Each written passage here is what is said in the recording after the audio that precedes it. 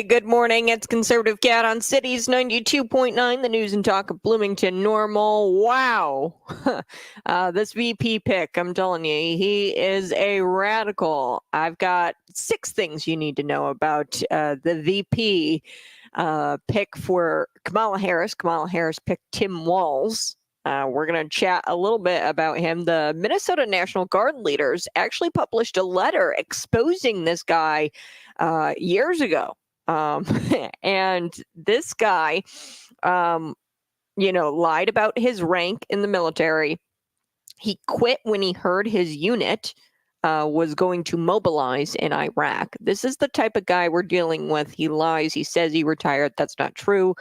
We're going to get to that, but there's multiple things you guys need to know about Tim Walz. Who is this guy? He popped up out of nowhere, am I right? I thought for sure it was going to be JB. I really thought it was going to be Josh Shapiro.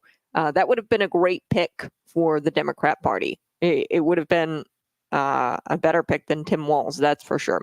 Okay, and then a little bit later, we're going to chat about Joe Exotic. He suspended his presidential campaign and he goes all in for Donald Trump. He's endorsing Donald Trump. And then BuzzFeed, they came out with like 11 different accomplishments that Kamala Harris allegedly has. And I don't know, I think they're going to regret publishing this because they failed epically at trying to tout these accomplishments. They're not very they're not really accomplishments at all. So we're going to chat about all of that here in the 6 o'clock hour.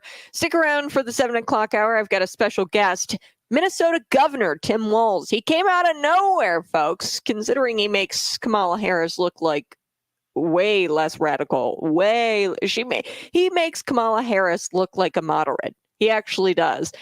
So choosing him is such a Democrat Party thing to do because there is nobody who is sane in the Democrat Party anymore. Their entire party has become radicalized.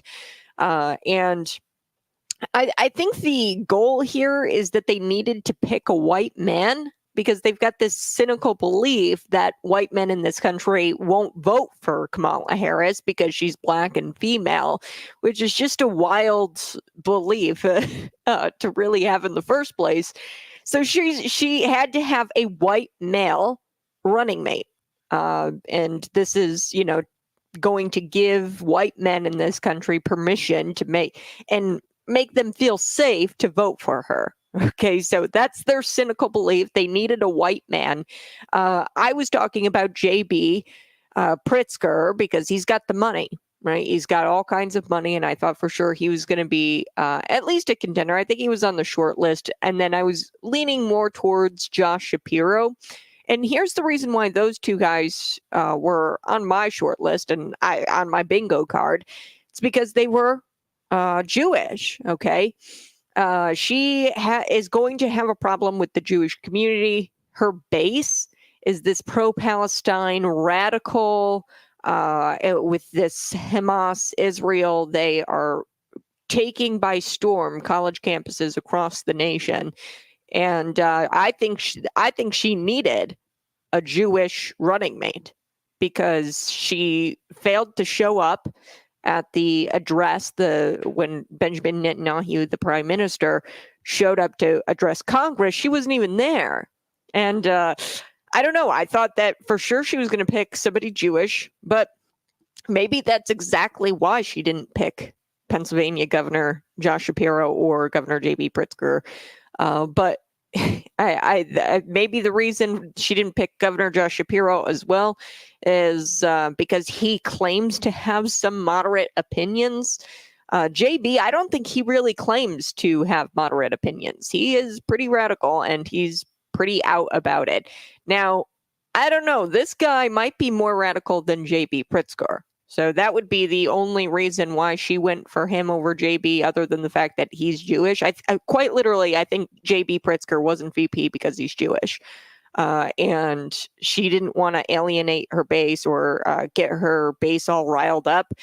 Although I thought that was going to help her. Having a Jewish pick, Pennsylvania Governor Josh Shapiro would have been a great pick. People in Pennsylvania do like the guy, and he claims to be somewhat moderate. It would have made the ticket more moderate, I guess. Even though we all know that Josh Shapiro would have flopped on all of his moderate opinions. He would have, abandoned his moderate opinions, but he at least claims to have moderate opinions. This guy is out and proud about his progressive policies. Enter in from stage right, Walz. He has it all. He's white. He's a man. And he is a progressive lunatic. Okay. Governor J.B. Pritzker, progressive lunatic. We're going to get to how I think that this guy might just have Pritzker beat. I know. Maybe JB's listening and he's upset that I'm saying this, but this guy is a progressive lunatic. And I don't think that JB has even got him beat. So 3 words: summer of love, Minnesota. That's where this guy comes from. Remember, folks, this guy is from the state where those summer of love riots, the mostly peaceful protests, that's where this was all at, in Minnesota. Now, I do want to share with you, this is one reason why I think he's more radical than JB, because to my knowledge and recollection, I don't think that he actually implemented something like this. So during the pandemic, Tim Walz, he locked up citizens in their homes. Okay, JB did that, check. He masked up children for as long as possible, check. JB did that. Now, this is something JB I don't think did. To my recollection, I don't recall this. He set up a hotline so people could snitch on their neighbors during the pandemic. Don't believe me? I've got the clip right here. Let's take a listen. Hello, you have reached the Department of Public Safety stay-at-home hotline. The information you leave is considered public information. At the tone, please leave the following information: your name, your callback number, how the stay-at-home order is being violated, and where the stay-at-home order was violated.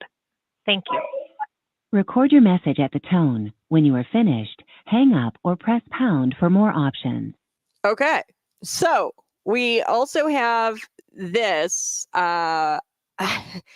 where you had a hotline set up in Minnesota so you could snitch on your neighbors if they were violating COVID ordinances or COVID lockdowns.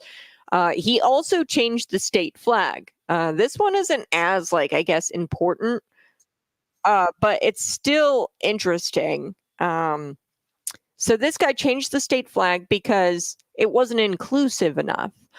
And it made Minnesota look more inclusive for the Somali population there. So if you know anything about Minnesota, there is a large Muslim population there. And he wanted the Somali population, the Muslim population, to feel more at home. So what he did was officially got rid of their old flag and he unveiled this new inclusive flag. And it looks super, super close to the Somalian state flag. Don't believe me, here he is. He sits down in front of this Minnesota flag. He's got the American flag right next to the Minnesota flag. The old one. Take a listen. Okay. So he takes the flag, he replaces it with the new flag that looks very close to the Somalian flag. He places it next to the American flag and sits back down. There, that's better. All right, ready. Whoa, wait a minute. That is just so cringy. Ew. Ew, ew, ew, ew, ew. Gross. This guy is gross. Okay, so he has turned Minnesota into a sanctuary state for parents who want to mutilate their children. Now, J.B. Pritzker did not do this via executive order. This is actually something that was done semi-recently. It passed through the legislature, I think this last spring legislative session, where, say you're 12 years old and you want to go mutilate your body and change your genitals out. You want to swap what's between your legs for something else. Okay, so you can leave a state that bans it. So say, I don't know, Texas. It might be banned there. I don't know. Say Texas has banned gender mutilation or genital mutilation for children in their state. Now, as a 12-year-old kid, I can go travel up to the state of Illinois and receive that gender-affirming care, as they call it, on the taxpayer dime. Same thing for abortion. If I'm 12 years old and my state has a 6-week ban and I'm, 7 weeks along, I can come to, Illinois and on the taxpayer's dime receive an abortion. Now, that was done through the legislature. This guy did it via executive order, which is creepy. So he turned Minnesota into a sanctuary state for parents who want to mutilate their genitals. I got a clip here. This is really just about a family who drove their 6-year-old daughter up the day he signed this executive order into place. They brought their 6-year-old girl up there who is transitioning, 6-year-old boy who's transitioning into a girl. And this is just so incredibly evil. He is a perfect fit for Kamala, if you think about it. The pair are like this weird evil pair matched in hell. But this is when he actually signed the executive order. Let's take a listen to the clip. Standing in that sea of people, a parent, transparent about his family. My partner Gretchen and I are here today because we are parents of a trans child. Their child is 6 years old, and she was as excited to be at a boring capital on spring break as any 6-year-old kid could be. Squirming and fidgeting her way through speeches, hardly aware her existence, as why her parents drove 5 hours today to speak publicly. It's 100% personal. I mean, the safety, the happiness of our child is it couldn't be more personal. Asher, why are we here today? For trans rights. For her rights to be her. As you can see from this interview, I can't force my kids to do anything here. Asher has trusted us enough. She believes in our love enough that she has invited us in to see her whole self. And if we don't love her that much, the opposite would happen, where we wouldn't get to know everything about her. And so we're lucky, we're blessed, and we love her. So much they came to the People's House this morning to talk about her, the person, in a room reserved for talks about politics. And there's nothing in this world that I wouldn't do, like Gretchen and I wouldn't do, to protect her and others like her. So you can see Tim in the background there. That's the day they signed this executive order into place, making it possible for children to travel to the state of Minnesota and mutilate their genitals. Now, to top it all off, this guy is a raging socialist. Don't believe me? He'll tell you. He'll straight up tell you himself.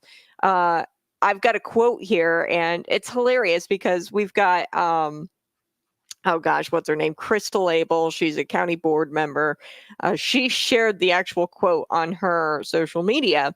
So the quote is, let me pull it up here. Don't ever shy away from our progressive values. One person's socialism is another person's neighborliness.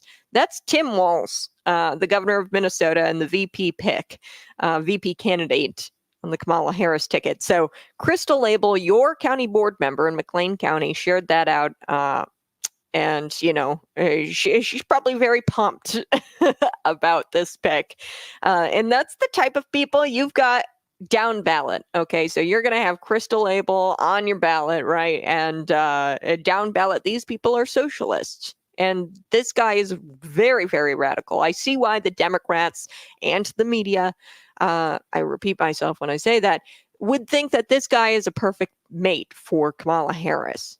Donald Trump is lucky. I'm going to be honest. A Josh Shapiro pick made me kind of nervous. Governor J.B. Pritzker, not so much, because he was so progressive. Like, he's a progressive lunatic, much like Tim. This guy's worse than J.B. Now, J.B. does a lot of things executive order. The whole traveling to get your abortion, traveling to Illinois to get your abortion as a 12-year-old, that actually went through the state legislature. And, at least it went through some sort of legislative process. So I've got to take a quick break. But when we come back, I know you are all pumped. Joe Exotic is, endorsing President Donald Trump for the presidency. He dropped out, and now he's getting behind President Donald Trump, and I'm excited. We are so back. I'll be back after this.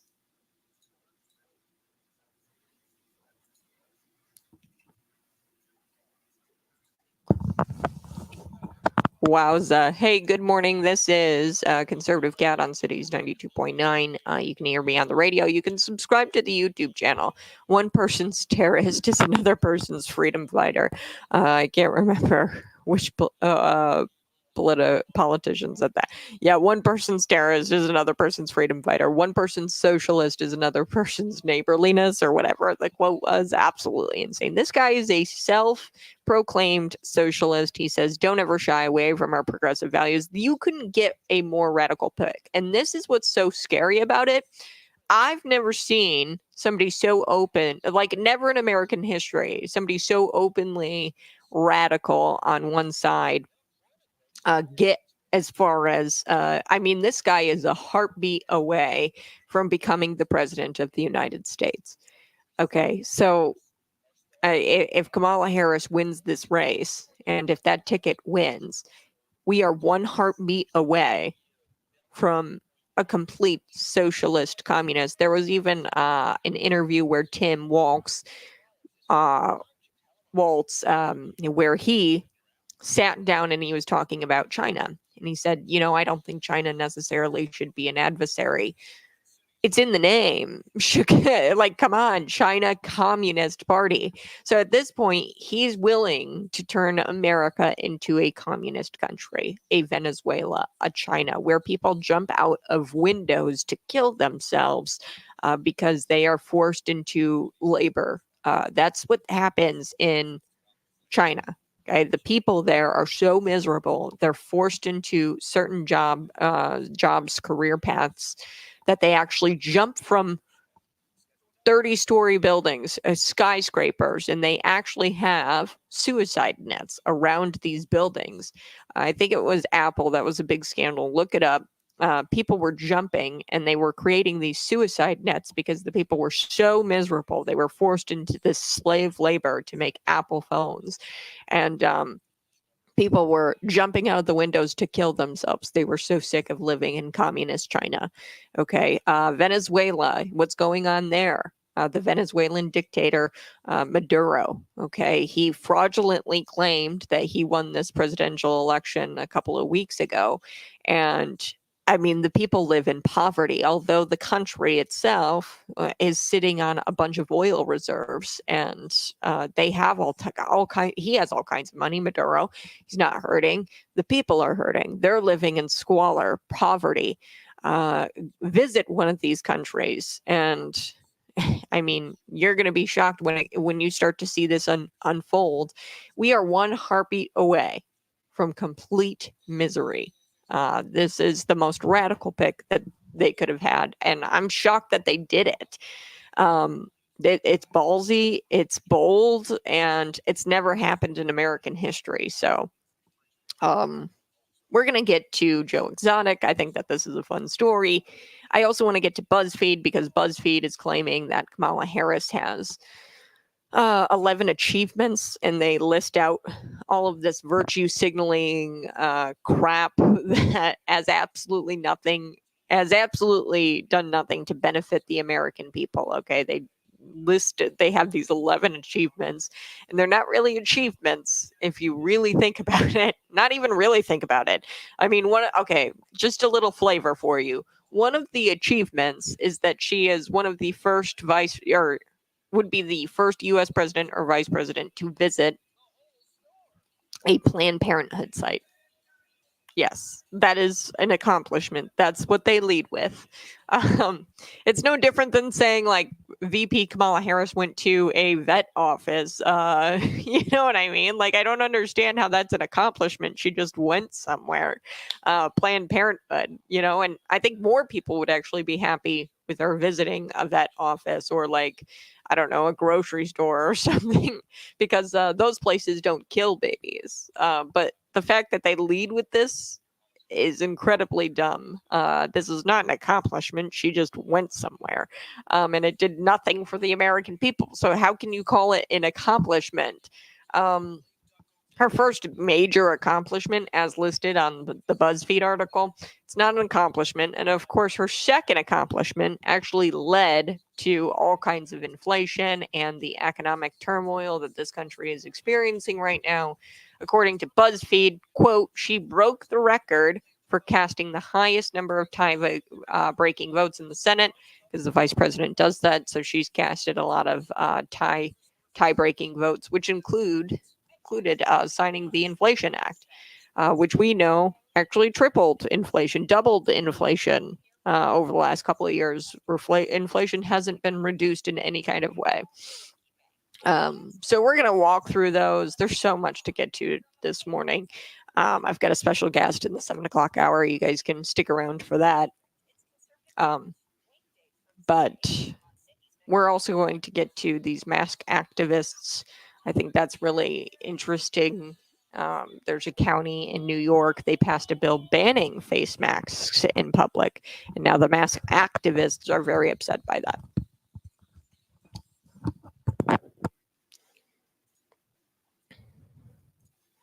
Woo! Hey, this is Conservative Cat on Cities 92.9, the news and talk of Bloomington Normal. Hey, thanks so much for finding me on YouTube. You can subscribe to the channel any day of the week for free. It's easy. Just type in Conservative Cat Show in your search bar on YouTube and subscribe. All right, we are covering all kinds of ground today. This morning, we've already talked about Tim Walz. I'll probably revisit him in just a little bit. It's so like Kamala Harris to pick a communist as her pathetic VP. This is a pathetic VP pick. Josh Shapiro would have been better. J.B. Pritzker, I know you're going to be like, what? Kat would have been better. At least she would have had money. I don't know why they picked this guy, other than the fact that this is probably the most radical. This man is even more radical than you thought. He kind of makes Kamala Harris look like a moderate. I told you he set up a hotline during COVID so that way people could snitch on their neighbors if they were breaking COVID lockdown mandates. Okay, so the powers that be picked Minnesota Governor Tim Walz to serve as Harris's running mate. And this is a radical duo.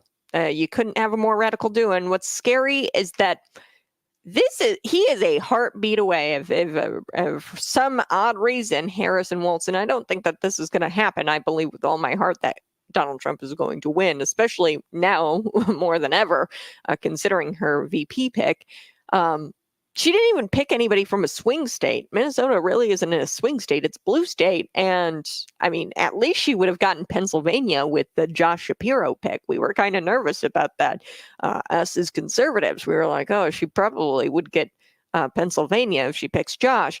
But I think that she truly is. These people might actually be anti-Semitic because Governor J.B. Pritzker was Jewish, Josh Shapiro is Jewish, and these guys were not picked for some odd reason. Although that would have helped them with the Jewish community because Kamala Harris's base is so anti-Semitic.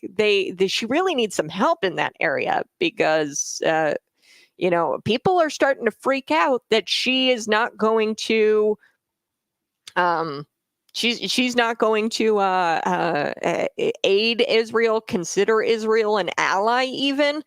And that started with her not even showing up to Benjamin Netanyahu's address when he addressed Congress. So now those fears are probably heightened to an extreme level because she didn't pick a Jewish running mate, purposefully skirted around it. Although Governor J.B. Pritzker has the money, Josh Shapiro has the swing state, right? These were two very good picks, objectively. And she went with the radical guy that literally no one knows. He popped up out of nowhere. He's accomplished nothing. He's a phony and a fake and a fraud. He lied about his service. Minnesota National Guard leaders published a letter exposing Tim Walz for stolen valor. He lied about his rank and he quit when he heard his unit was going to be mobilized to Iraq. So he quit. He turned around And these guys, these command sergeant majors of Minnesota National Guard, felt it was their duty and responsibility to bring forth the truth as we know it concerning his service record. So they wrote a letter about his service record and about how he's lied about it. So that's out there. He's a complete fraud. I don't know. I mean, is it because he's like folksy? He's kind of fat and chubby and like he's got like, you know, rosy cheeks, kind of reminds me of Santa Claus. Is that why they picked him? I don't know. I've got no clue. Other than the fact that he's a progressive lunatic. Okay, I've got to switch gears. I want to talk about Joe Exotic because this is exciting. We are so back. Okay, Joe Exotic is even all in for Donald Trump. Okay, and I know some of you out there, I know Joe Exotic was a viable option, but unfortunately, he has suspended his presidential campaign and has endorsed President Donald Trump. According to Daily Caller, Exotic shares via social media. He shared the news saying Trump has been my man for years and that Harris will get us killed if Biden doesn't kill us sooner. Along with the official announcement, Joe Exotic posted a photograph of himself wearing what appears to be a Trump t-shirt, and next to him, it was a road sign that said, "Make America Great Again." So both Trump and his running mate, Republican Ohio Senator J.D. Vance, were tagged in the post. Exotic is gesturing to a water bottle in the grainy image that he shared on social media.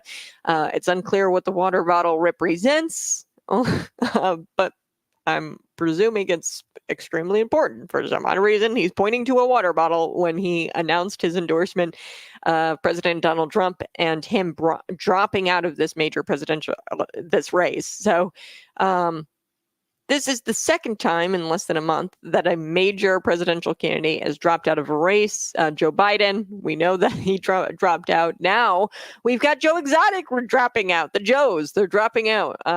This is in the most unprecedented election in American history. So Joe Exotic, in his post, he ended his campaign because Carol co-authored the Big Cat Safety Act with Kamala Harris. And he says, I don't fit the woke agenda.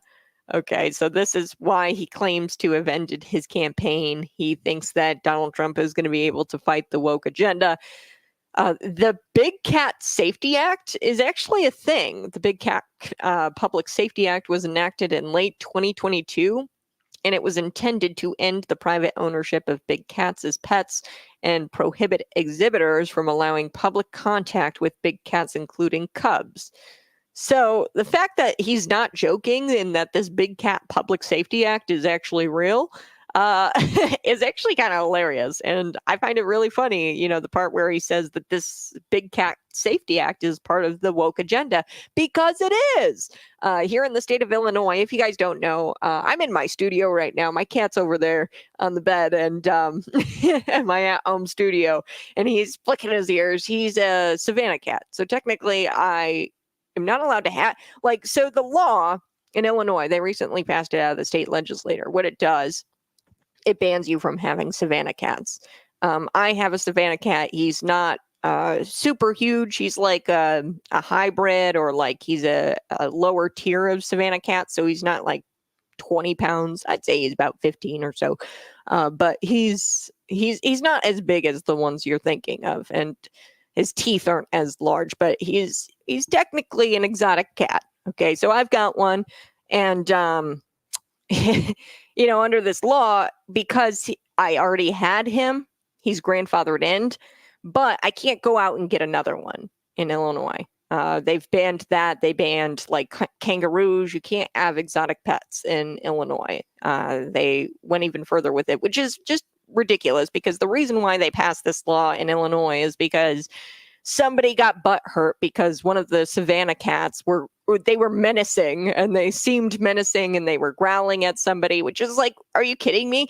I went for a run the other day, was running, and I have pit bulls all the time, or dogs just barking at me. And like, what's next? Are you going to ban dogs, or because they're menacing, or because they growl? I'll tell you right now, there's more dog bites a year in the United States and in Illinois than savanna cats, incidents where savanna cats are killing people or biting people. Okay, so are we going to ban dogs next? But yeah, this is all part of the woke agenda. It's anything to make you not happy. They want you docile and they want you unhappy. So having a big cat is a lot of fun. I wouldn't call him a big cat. He's kind of like the size of a normal house cat, but he likes to play with his water and he hisses a lot, and he does make those growling noises, like those menacing sounds, but he purrs like while he does it, and he cuddles with you. So it's very weird. And I love him.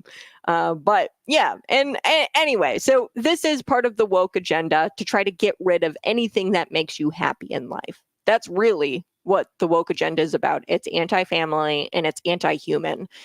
So in another response to one of his comments, Joe Exotic here, he posted on social media that he was all in for Trump and that he was suspending his presidential campaign. This was the second major presidential drop out of the race. We had Joe Biden. Now we have Joe Exotic dropping out of the presidential race.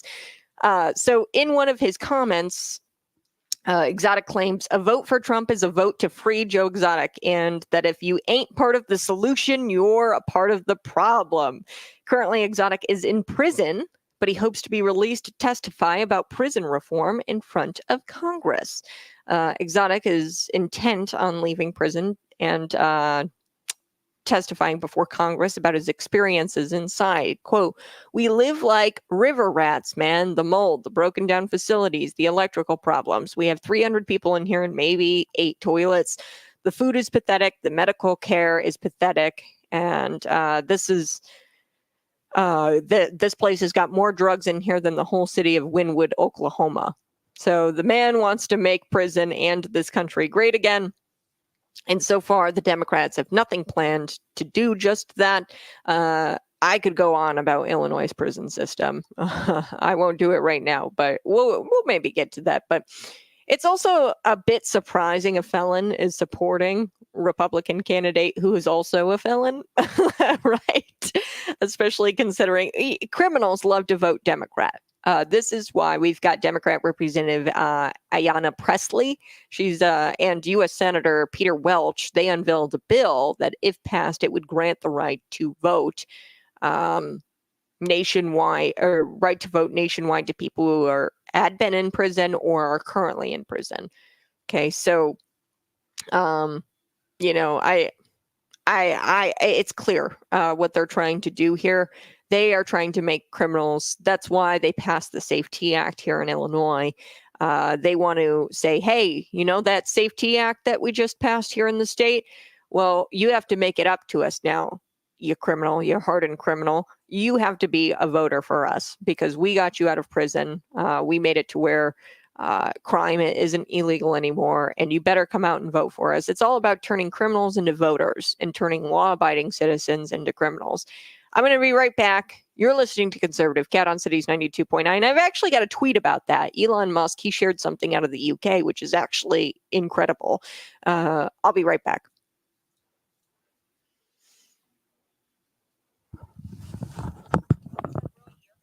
What's the first thing done? Confiscation of weapons from civilians? Yeah, let me know in the comments section what you think the first thing will be done under a Kamala Harris rule and Tim Walz rule. I actually think one of the first things done, because this is a really radical socially radical ticket. I think the first thing that is going to be done is a nationwide, hey, you can't ban gender affirming care in your state for minors. So quite a few states, a handful of them, have banned gender affirming care, so-called gender affirming care, genital mutilation, really, of children in their state under the guise of gender affirming care. They've banned that because it's an evil. I mean, that's just what it is. You chop up a child's genitals when they can't even they don't even know what sounds a cow makes or a chicken makes, right? At the age of 6, as young as 6 years old, parents are going in and they're, bringing their kids in. They're being lied to. They're told, oh, your kid is going to die if you don't do this. This is wrong. And it's evil. And I think the first thing that they will do is implement a nationwide ban on banning gender affirming care. So they're going to make it sweeping law that says, oh, you can, as a minor, obtain no matter what, and states are not allowed to ban this practice in the nation. I think that's as radical as it gets. And if Kamala Harris and Tim Walz, they actually win, we don't have a country anymore. I mean, that will be the end. And there will be mass unrest. There will be World War III. The adversaries will be so emboldened. Kamala Harris, I would imagine, won't even be an Israel ally anymore. Now, I'm unsure about that. I don't know what Barack Obama's stance. I mean, he is a military complex guy. Of course, he wants war in Israel. But maybe they switch teams, and not even really switch teams. They're funding both sides of that war. So, I mean, they're not even pro-Israel right now. They don't consider Israel an ally because they are continuing to lax the oil sanctions on Iran, emboldening them to continue to destroy the Israelites. I mean, that's what's going on. They're our adversary. We should be treating them like an adversary and not emboldening them to move in on the Israelis in this little itty bitty country that is already gone through genocide after genocide after genocide, war after war after war. Okay, so I don't know. Barry, he loves war, so I don't know what they're gonna do with Israel if Kamala Harris gets in. But likely, I would say that, to satisfy her radical base, she's going to say Israel isn't an ally anymore, and they're going to go all in on funding the war through Iran. So, I don't know. It's going to be scary. World War III will happen. I think even a civil war will happen. The country will split if a Harris Walz tickets gets through, and if they are deemed the winners. And the only way that they're deemed the winners if they steal the election. And they're doing it. They're stealing the election as we speak. Right now, there are tons of illegal immigrants probably on voter rolls. They're being automatically registered to vote. When they apply for driver's license, the Minnesota governor, Tim Walz, has done this. We know J.B. Pritzker has done this in this state. There are several states, a handful of states that have made it to where illegal immigrants can vote in municipal elections. That is still illegal federally. But if these people get in, Tim Walz and Kamala Harris, they're going to make it day one. Probably illegal immigrants all get their citizenship. There's a pathway straight to citizenship. That's probably day one. The gender affirming care for minors, that's day one. Confiscation, gun confiscation is probably maybe a day 3 thing. But maybe not, because they're going to anticipate probably mass unrest, because people are going to say that it's going to be similar to what Venezuela is going through right now, where Maduro was deemed the winner, despite all exit polling showing that he was not the winner and that they stole the election. So, will it be like Robert E. Lee leaving the federal government? Lots of parallels to 1860 in this country. Yeah. Really funny. I've talked about this before, the 1968 parallels that have been going on. In DNC, the DNC is supposed to be hosted in Chicago. Now, I don't know if they're going to try to switch over to something virtual, but the DNC is to be held in Chicago, and there were these mass riots in 1968 with the anti-Vietnam War stuff. We're going to see mass unrest probably at the DNC via the pro-Palestinian protesters, and that could mean that Trump actually gets in. Because people are so sick of Democrats and the way they act. And, after the 1968 DNC. We saw Richard Nixon just take off with that election. So I'm back.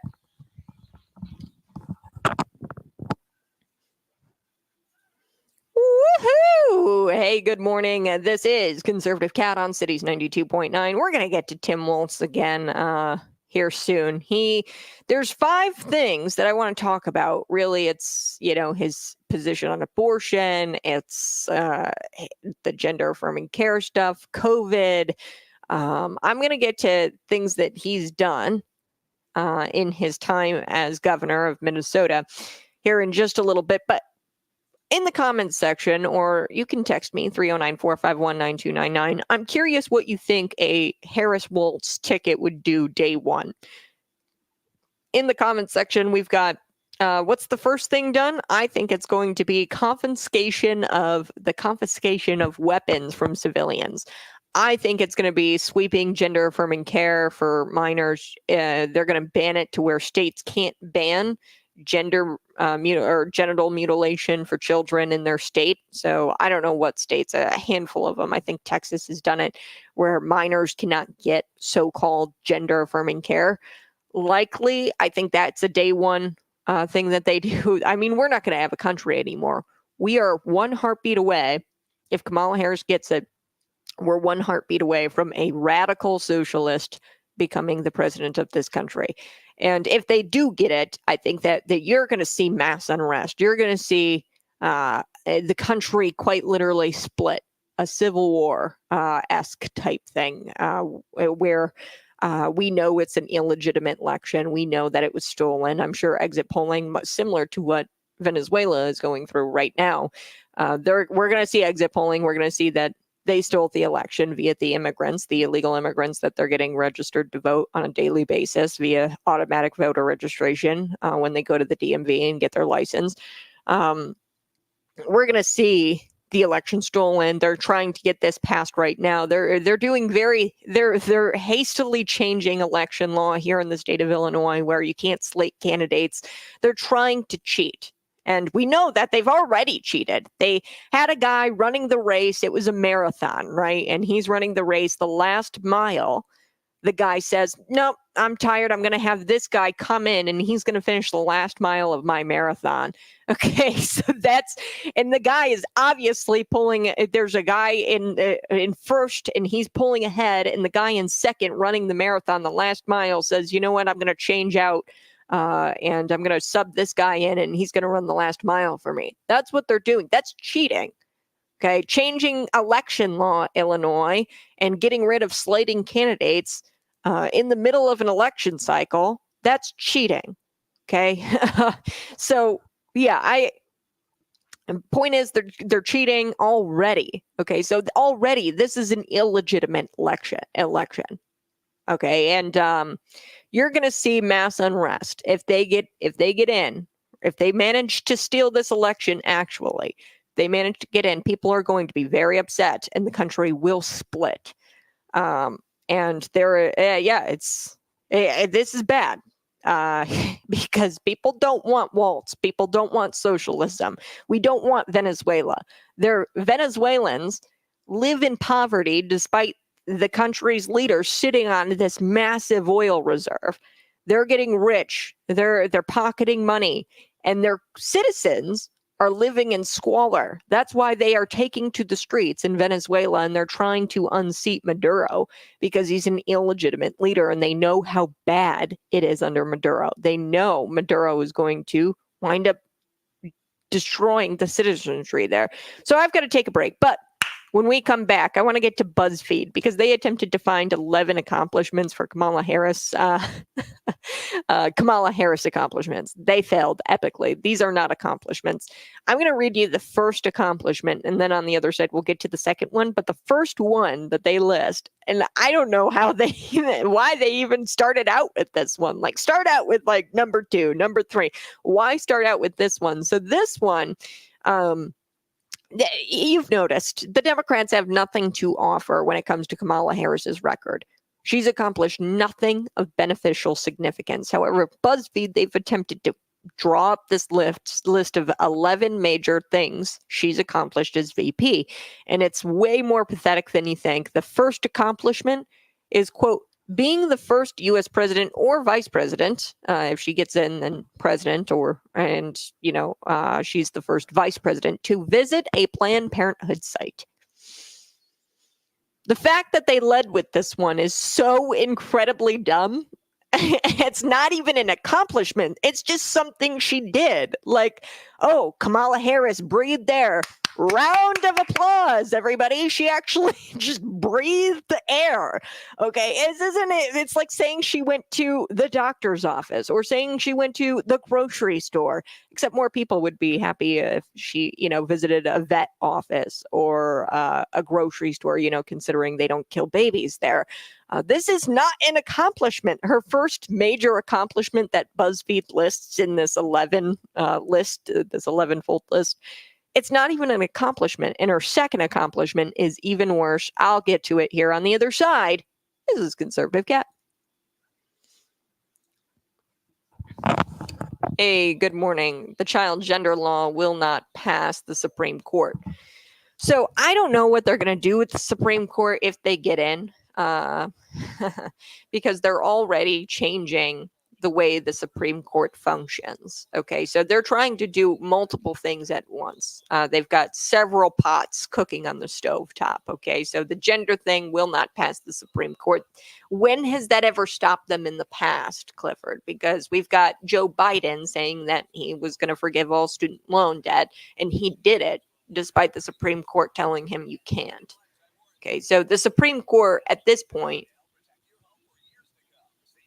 it doesn't really, it doesn't matter. They're attacking the Supreme Court. They could give a crap, a rat's ass about the Supreme Court.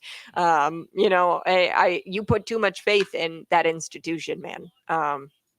You think that it wouldn't, and I would hope that it wouldn't, but they're attacking the Supreme Court at all kinds of levels. So they're trying to get it to where the justices are term limited, which is a huge problem because they're going to start running for re-election, right? And you could imagine big pharma, big gender mutilation, or whatever you want to call it, the Jennifer Pritzkers of the world. That's JB's cousin. Look into that woman or man who's dressed as a woman. You'll see justices paid off by these entities, and they're going to rule based on who pays them rather than the law. Okay, so if Planned Parenthood comes out with a nice fat check for one of these justices and says, "Hey, I'm going to donate this to your election or to your campaign," and they put it in their war chest, they're not going to. I mean, come on. How would it be humanly possible to avoid bias at that point, right? If somebody gives you $1 million, are you going to like that person, or you're going to feel obligated to help that person out? If Planned Parenthood gives you a big old fat check as a sitting Supreme Court justice and you're running for re-election all the time, which is what the Democrats want, then you're not ruling on the law anymore. You're ruling because of the people who are in your pocket. Okay, so Democrats, they thumb their noses at the Supreme Court of the United States. We've already seen it here in Illinois. Okay, the Illinois Supreme Court, Mary Kay O'Brien, who I actually somewhat know from my area. She was in the parent-teacher group at my school, and she paints herself as this moderate person. She's not. She received money from Governor J.B. Pritzker and has ruled against things like the assault weapons ban, right? As upheld the assault weapons ban here in the state of Illinois when we questioned the constitutionality of that. It's very clear. The Constitution is very clear on that. I don't need to be a Supreme Court justice to know that the Second Amendment shall not be infringed. My right to bear arms, my God-given right to bear arms, shall not be infringed.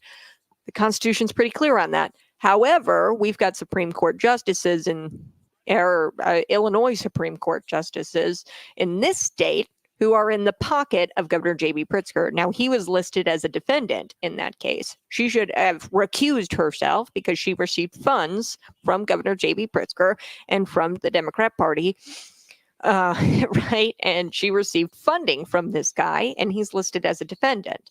So you see the problem with having justices get reelected, run for office. That there is a problem. There's a reason why they serve a life term after getting elected once, or appointed, then elected to that seat. So we see the issues there with, and they're making it even worse in Illinois because this last legislative session, they've made it to where there are no caps to the Democrat Party or the Republican Party donating to candidates in either primaries or general elections. So the Democrat Party of Illinois and the Illinois GOP, they can funnel all kinds of money into the war chest of candidates, including justices. Not good. Not good for Illinois.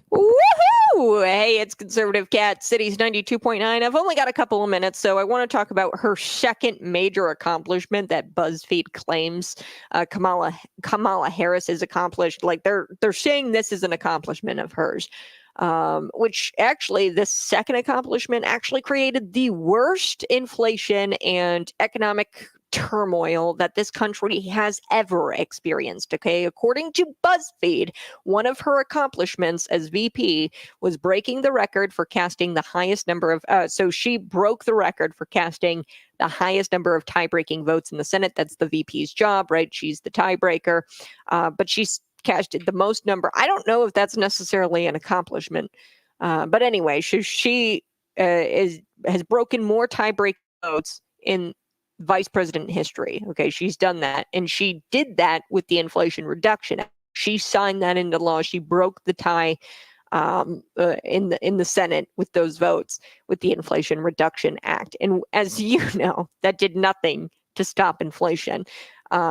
It's only increased by 17% in just 2 years after that, tie-breaking vote that was so awesome. All right, I got to take a quick break, but at the top of the hour, we're going to have a special guest.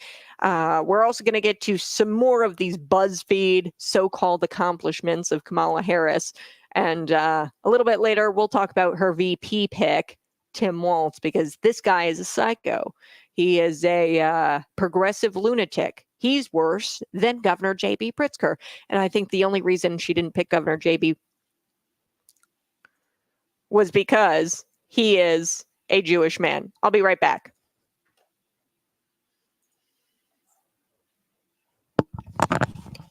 Hey, good morning. I appreciate y'all tuning in each and every day, 6 a.m. to 8. Every morning, Monday through Friday. Subscribe to the YouTube channel. Yes, let's get to her accomplishments really quick, and then I'm going to have a special guest on. I think Joe Exotic might have been a better president than Joe Biden. Yeah, I would have voted for that Joe over Joe. 100%. Okay, let's get to Kamala Harris's accomplishments. So number one, she visited a Planned Parenthood. I don't know how you can say that that is an accomplishment. It's just something she did. It's like saying she accomplished breathing air, right? I mean, that's just something she went and did. Okay. Don't know how you can say that's an accomplishment. So her first major accomplishment that BuzzFeed lists here, it wasn't even an accomplishment. Her second one, like I said, she broke the most ties as her time as VP in history. So ties in the Senate, that's her job. And that includes the Inflation Reduction Act. Because of her breaking that tie, right, her tie-breaking vote, let's go through the numbers. Did she actually reduce inflation? No, inflation has increased 17% in just 2 years. Now nearly 60% of families, I told you about this yesterday, can't afford school supplies and groceries at the same time.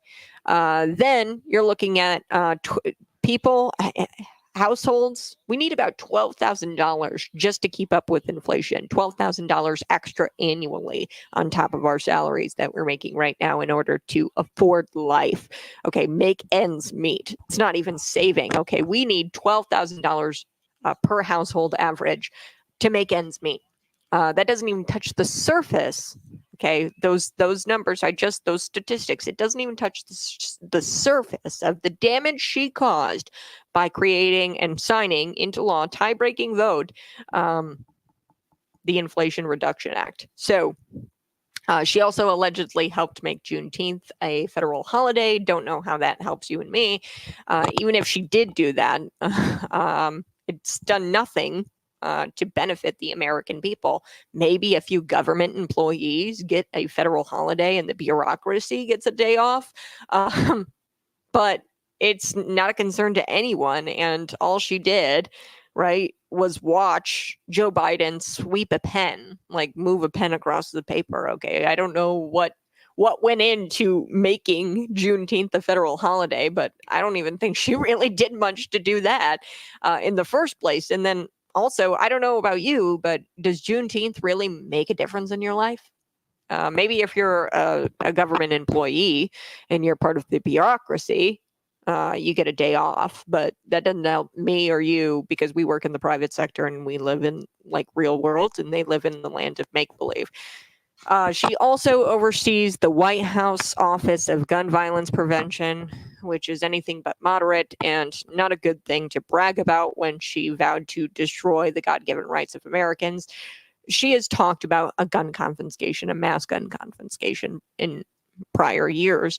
And yeah, she oversees this gun violence prevention program, which is anything but moderate. And, you know, it's also true whenever she's in charge of something, she actually doesn't do anything. Okay, so this gun violence prevention program, if it's really supposed to prevent people from waging guns against or using guns against people in a violent way, it's not working, obviously. And we have receipts that when she's appointed to something, she doesn't really follow through on it because she's the border czar, right? And instead of working on the border, she was supposed to get to the root cause, I guess, of which is really just a progressive way of saying I don't care and I don't really give a damn about the border. So I have a question. Has anybody really gotten to the root cause of why illegal immigration has gotten so bad in this country? And if so, what was it? What's the root cause? I haven't heard. She was tasked with, okay, just getting to the root cause of the border. I want to know what it was. What was the root cause? BuzzFeed also reported that the Biden-Harris administration, 2021, their Build Back Better Act, also known as the largest investment in American history to eliminate preventable maternal mortality and racial and ethnic disparities in outcomes and advance birth equity across the country. So this is what Build Back Better was supposed to do. It's a large investment to prevent racism, right? This initiative, $350 million. Okay, so did spending that kind of money end racial and ethnic disparities? I really want to know. Did it advance birth equity, as they call it? Has this administration spent enough money to solve racism, or will America need to spend another $1 trillion just to get to the root cause? Okay, so they're just throwing money, and this just goes to show you money doesn't fix the problem. Okay, and they're so good at throwing money at problems, and these problems won't be fixed with more money. So they list that as an accomplishment. BuzzFeed, they also say that she helped coordinate the prisoner exchange to bring the Olympian and WNBA star Brittany Griner back home, which I don't think that's really an accomplishment. But I also doubt that Kamala Harris had anything to do with that. They claim that she was responsible for the single largest investment in student mental health in history. And even if it was, it's pretty telling that these people, they'll spend millions of dollars. And then the issue just worsens. Okay. So like the problem, student mental health, I think that's just the worst it's ever been at this point.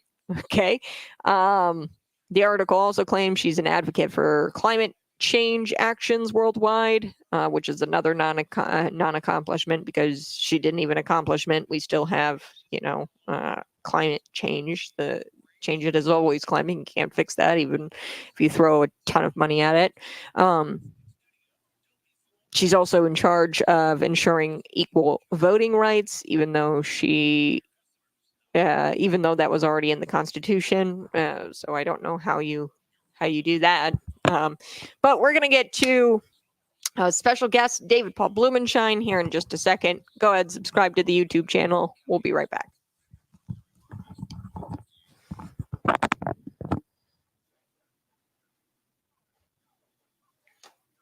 Woohoo!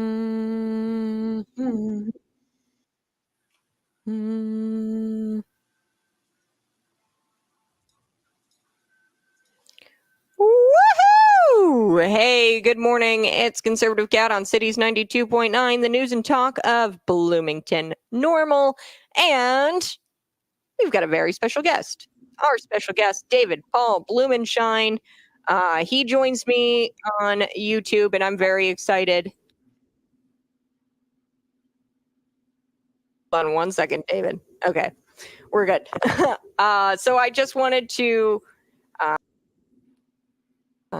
okay, we're good. I think we've got David. David Paul, are you there? I can hear you now. Can you hear me? Yes, I can hear you. So David Paul is joining me, and we've got to talk about Tim Walz. I really want to talk about, look at that shirt. If you join us on the stream, we're having a lot of fun. He's got a Trump van shirt already. Look at my shirt, David. You see it? I saw it earlier, Kat. Fight, Kat. Fight. I've got the iconic Trump photo printed on a black t-shirt, and this photo actually has been taken off of social media. Facebook, you can't share it. They're censoring this photo. So it never happened, Kat. Just think about it. We didn't have an assassination attempt on Trump. No. Until we have the next assassination attempt, then we can talk about it, because that one hopefully will work for them, because that's what they want more than anything. Yeah, and we've got to talk about Tim Walz. I need your opinion about this commie. I'm shocked. I didn't hear about this guy until like a couple days ago.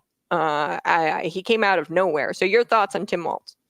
Well, I mean, it's really simple. It's not the pick of the people of the Democrat Party, which is kind of, what they accuse the Republicans of being extremist, elitist, fascist, Nazis, misogynist. What else do they throw at us? Their party has put in place somebody that the establishment, the elites, want to have as their running mate with Kamala. Kamala was the establishment's pick because they are the extreme candidates of their party. There's no question that they're ever going back to the days of JFK. It will not happen. It's never going to happen. And so it's really sad to say, but both the Republican establishment, which has shown it can actually choose a candidate from the grassroots. That's what Donald Trump was. They never wanted Donald Trump in 2016. They sure didn't want him in 2020, but they were willing to go along to get along because he was already the sitting president. In 2024, they came out of the gate. You remember the days of Kevin Ferris and all the other young people out there that wanted somebody other than Trump. And we knew it was going to be Trump.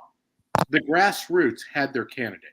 Now you flip that over to the other side of the ledger, the Democrat Party. They sure didn't want Biden. And they never wanted Kamala Harris. But who wanted Kamala? Who wanted Tim Walz? The elites, the establishment, the bought and paid for deep state that oversees the entire operations of the International Monetary Fund, the World Economic Forum. Those are the people that wanted these two characters. Why? Because they need chaos. They need dysfunction. They need the destruction of the constitutional republic of the United States of America. and they need puppets. And the voice you're hearing there is David Paul Blumenshine. He hosts a show on YouTube. It's the David Paul Blumenshine Show. You can find it, the DPB Show. Type it in your search bar. Subscribe today. He's joining me to talk about Tim Walz. I've got to ask you, David, what do you think? Have you seen any? I think that Tim Walz is far more radical than J.B. Pritzker. Oop. Dare I say it? Dare I say it? I don't know, because this gender affirming care thing, he did via executive order. Now, we have the same thing in Illinois where you can travel from a state that bans so-called gender affirming care in your state. So say Texas, right? If you want to chop your wee-wee off, you can come to the state of Illinois and seek refuge, and the taxpayer will pay for it. Same thing with an abortion. That was passed via the state legislature, I think, just this past spring. Via the state legislature. See, but JB, I mean, he does rule via executive order. It's just that this thing got passed, and maybe not. He's more radical than JB, but why not JB? Do you have any thoughts why JB wasn't ultimately the VP pick for Kamala Harris? I think maybe even JB peeved off Barack Obama. They're both from Illinois, remember, folks. And perhaps JB was instrumental in getting Madigan indicted. This whole battle for power. Maybe JB was, the shifting of power from Madigan years over to Pritzker years. Maybe Brock doesn't like that very much and doesn't trust Governor JB Pritzker in a position like that. Or maybe it's just the fact that he's Jewish and these people are anti-Semitic.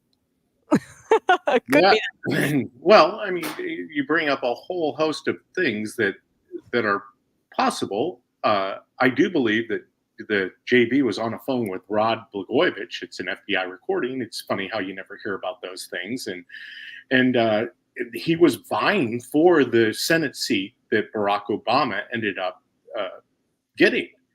So the fact he's a billionaire, would it have been more cost effective? Obviously, he could self-fund his own presidential run or presidential campaign or vice presidential campaign. Mm-hmm. No, I think that there's a certain part of JB, if you realize his family tends to be moderate libertarian in a lot of ways. JB loves his money. I mean, I don't think JB would ever give up his fortune.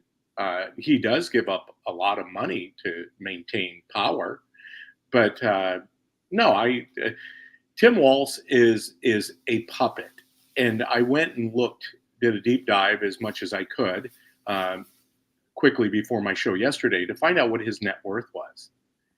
Tim Walz is actually less than $1 million in net worth. He's a puppet. Yeah, they couldn't have a Josh Shapiro because Josh Shapiro at least pretends or claims to have some moderate opinions, even though you and I both know he'd fall away from those moderate opinions 100% if he were VP. However, is he controllable? Governor J.B. Pritzker, for all that he is, ambitious guy, will do anything to remain in power. Well, so we covered this too on my show yesterday, Ryan McKenzie and I. Here we are, we're $35 trillion in debt as a nation. And yet on the other side of the aisle, the Democrat side, the communist, Marxist, Bolshevik movement here in our country to undermine our constitutional republic, they don't talk about the 35 trillion debt.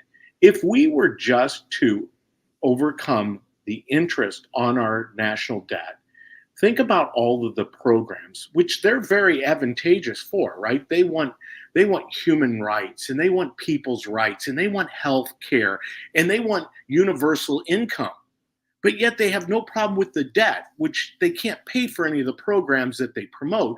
But they could if they could figure out a way to get themselves out of debt, which is never going to happen. And that's part of this whole zeitgeist of where we're at as a culture. This is a party that wants to destroy America.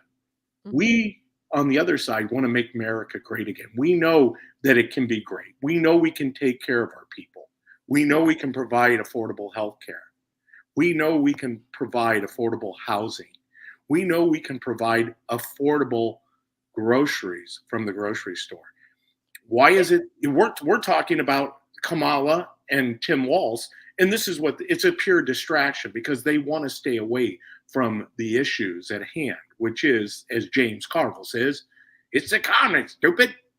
Yeah, it's the economy, stupid. Yeah, exactly. And really, I think it's a battle between evil and good. I mean, this guy doesn't get any more evil than this. I mean, they want an evil puppet. These these guys, Kamala Harris, Tim Walz, they're a match made from hell. COVID-19, this guy actually tried to ban Thanksgiving. He had a hotline so people could snitch on their neighbors. This guy, I mean, you look at Minnesota, and I was looking at Minnesota compared to Illinois. Illinois actually, I think, has more late-term abortions than Minnesota. I got to double check that, but we're close. More people, just purely the volume of people. We have twice as many people in the state of Illinois as they do in Minnesota. They only have one big city, and that's Minneapolis. Outside of Minneapolis, Minnesota is a red state. Yeah, well, same here. I mean, and outside of Chicago, well, unfortunately, we have such an infiltration of communists into the suburban areas that, the Bolsheviks are on the move. The Bolsheviks are on the move. But I was looking at late-term abortion, and, Walz, he has such a lack on abortion restrictions. He made the state a sanctuary state, much like Illinois, right? You can come get your abortion for free, via the taxpayer. So same thing in Minnesota. Subsequently, Minnesota has doubled the amount of late-term abortions since they became a sanctuary state for abortion, where you can go if your state, has a 6-week ban or whatever. You can go and get your abortion via the taxpayer. Since then, the late-term abortions have doubled. This is evil. We're talking about viable babies, 22 weeks. Everyone knows this is wrong. This is not a debate about if it's life or if it's unethical. This is wrong. Aborting a child at 22 weeks has got to be. I mean, can we agree on that, people? But this guy is evil. He 2020 during the mostly peaceful riots. Listen to this number: at least 1,500 businesses were destroyed at an estimated cost of $500 million in damage, not to mention under this guy's watch, during those 2020 riots, he refused the National Guard to the mayor of Minneapolis. So the mayor requested the National Guard, not even requested, he said, we need the National Guard, we need it now. We quite literally have a city that's burning. And then Tim Walz is over there via text messages. This is all fact checkable. Text messages, texting back and forth saying, Walz is thinking about it. He hesitated in deploying the National Guard. This wasn't a request. The mayor was like, please, he was pleading and begging for the National Guard. And this guy goes, well, screw you, and gave him the finger, essentially. Eventually, I think he wound up deploying it, but it was pretty late in the game. But evil. Yeah. The Democrat mayor wanted the support of maintaining his city, which gets back. I know I kind of circle back in the immortal words of Jen Psaki, who was much a better press secretary than JLP or JPL or whatever her name is. But when your cities are under siege, which is what our current cities are, who controls our metropolitan areas still to this day? The National Guard needed to go into Chicago back when Trump offered Lori Lightfoot. The National Guard still needs to go into Minneapolis. I'm not kidding. If you have an opportunity, go up there. It is controlled by the Bolsheviks, the Muslims. What's similar between Minnesota and Illinois is that we believe in killing babies and killing Jews. Mm-hmm. I mean, that's what, and so I'm looking forward to the Democrat National Convention to see what kind of protests go on. Because this is the world that we are living in now.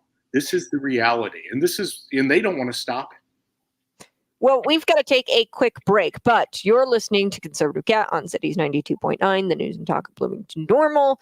We're going to take a quick break, but we're going to be back. I do want to get to Tim Walz and what you had said, because that's when I watch footage of Minneapolis and when I watch footage, I thought it was a war zone, like in Iraq. I was like, oh, this is an Iraqi war zone. No, this is Minneapolis in the United States. And he changed the flag to resemble the Somalian flag. Yes, did, which is bizarre, extremely radical, not to mention the misuse of COVID funds, which we had our own problems with here in the state of Illinois. $250 million in COVID funds misused. And this, I think, is the biggest pandemic fraud case in the nation. Illinois is right behind them. So we're going to be right back. David Paul Blumenshine joining me on the other side. It's Conservative Cat on Cities 92.9.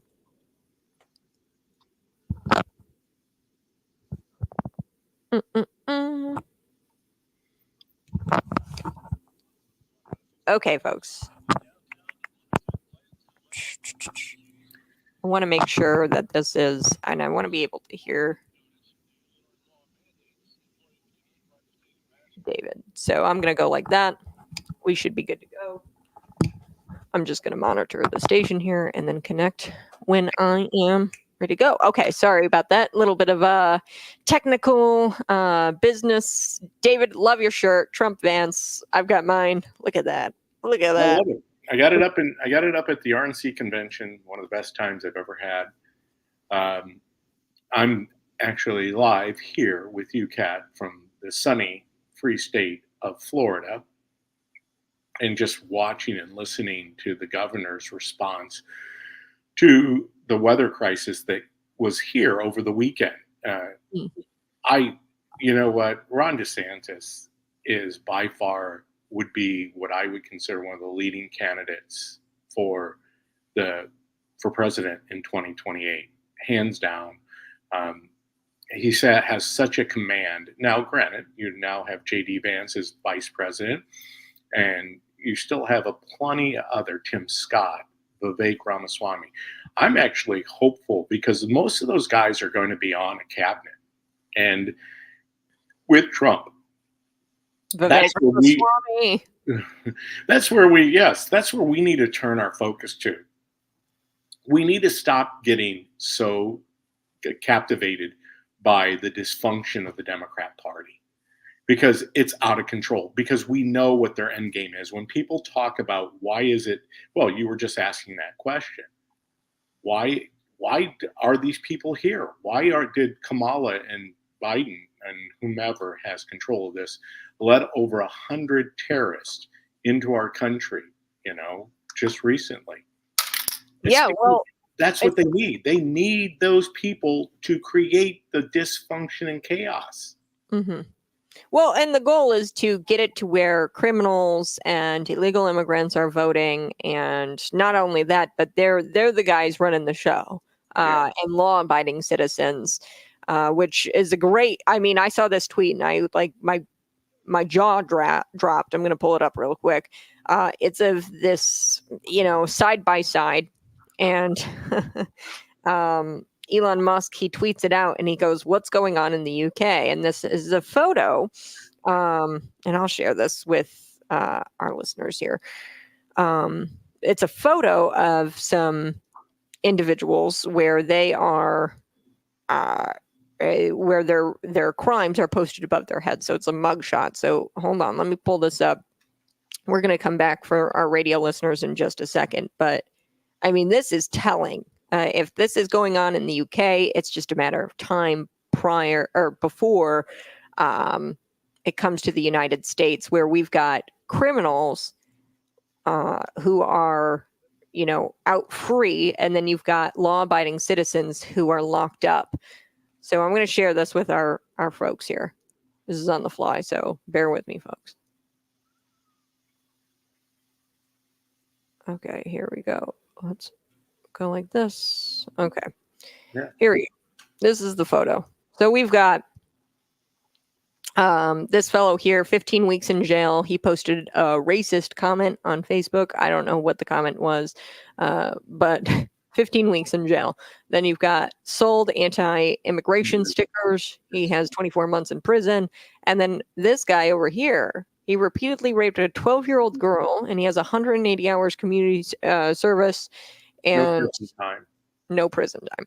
So, I mean, the goal here is clearly to try to get criminals to be the voters, to be the class that is favored, and the law-abiding citizens are the ones who are left holding the bag. And this is the most radical governor, and he would be all for something like this. And this happened, I guess, in the UK, and Elon Musk shared it. So we're going to come back for the radio. So hold on one second, David. We'll be right back.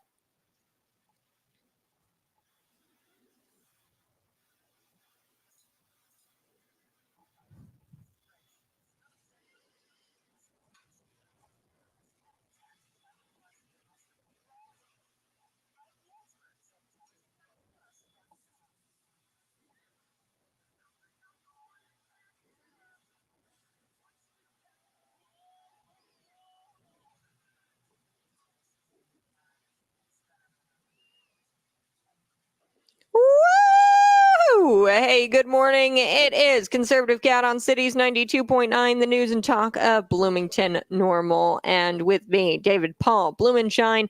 We were chatting a little bit about Elon Musk, how he had tweeted out this mugshot, really, of a few criminals, one of them posting a racist comment on Facebook. He got 15 weeks in jail in the UK. What's going on in the UK? This guy sold anti-immigration stickers. He got 24 months in prison. Now, this guy, he repeatedly raped a 12-year-old girl, and he got 180 hours, no prison time, 180 hours community service. That's it. That's it. So, David, it's about making the criminals into voters and turning the law-abiding citizens into criminals. That's what this is all about. Tim Walz is for that with the 2020 riots. That's why he didn't call in the National Guard. When this guy, the mayor of Minneapolis, a Democrat, by the way, was begging his Democrat governor, hey, please, please, whatever you do, just send us the National Guard. Our city is on fire. Our city's on fire. And he wouldn't do it. He hesitated to send the National Guard.